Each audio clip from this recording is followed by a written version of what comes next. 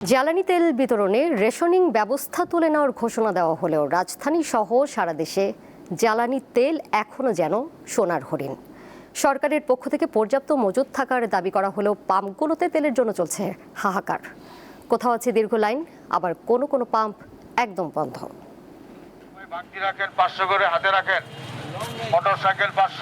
দেশে প্রায় এক মাস ধরে চলছে জ্বালানি তেলের সংকট। গাড়ি ও মোটরসাইকেলের এই দীর্ঘ লাইনই বলে দিচ্ছে সংকট কোন পর্যায়ে।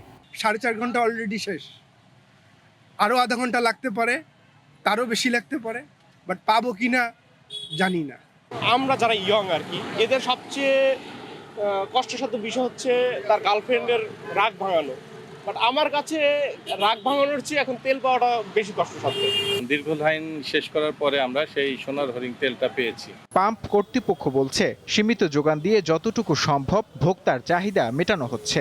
আগের চেয়ে এখন সরবরাহ একটু বেশি, কিন্তু আমাদের মানুষজন একটু প্যানিক বাই করতেছে। যারা একেবারেই দরকার নাই তারাও এসে তেল নিচ্ছে। এখন পিরিয়ড হোক রেগুলার বা হেভি, প্রয়োজন মতো কনফিডেন্স আছে রেডি। Play with confidence. বেশ কিছু ফিলিং স্টেশনের চিত্র আরো করুন, সেগুলোতে ঝুলছে সাইনবোর্ড। আজকে তেলের জন্য গেছে, তেল আজকে পাই নাই, পরশুদিন আমাদের তেল এলে পরে আবার আমরা তেল দিতে পারবো। অনাপত আমরা বন্ধ আছে। আমরা ডিপো থেকে সরবরাহ পাই, তখন আমরা সেল করি, আর আমাদের হাতে যখন তেল থাকে না তখন আমরা সেল করি না। এ সংকটের জন্য অব্যবস্থাপনা, অবৈধ মজুদ ও কালোবাজারিকে দায়ী করছেন ভোক্তারা। প্রচুর গাড়ি আসতেছে, এই তেল যাচ্ছে কথা, কিন্তু তারা স্টক করতেছে। হয়তো 1 তারিখের পর তারা দাম বাড়লে সেলে তখন বিজনেস করবে, ওই জন্য এখন বিক্রি করতেছে না। তেল মজুদ আছে, বাট তারা তারপরও বলতেছে যে 2টার পরে দেবে, কেউ 12টার পরে দেবে।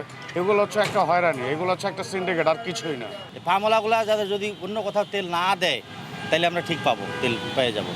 গত 28 ফেব্রুয়ারি ইরানে যুক্তরাষ্ট্র ও ইসরায়েলের হামলার পর মধ্যপ্রাচ্য যুদ্ধ পরিস্থিতি ও হরমুজ প্রণালী বন্ধের জেরে বাংলাদেশের জ্বালানি তেল আমদানিতে অনিশ্চয়তা ও সংকট তৈরি হয়েছে। নূর আলম, দীপ্ত সংবাদ, ঢাকা।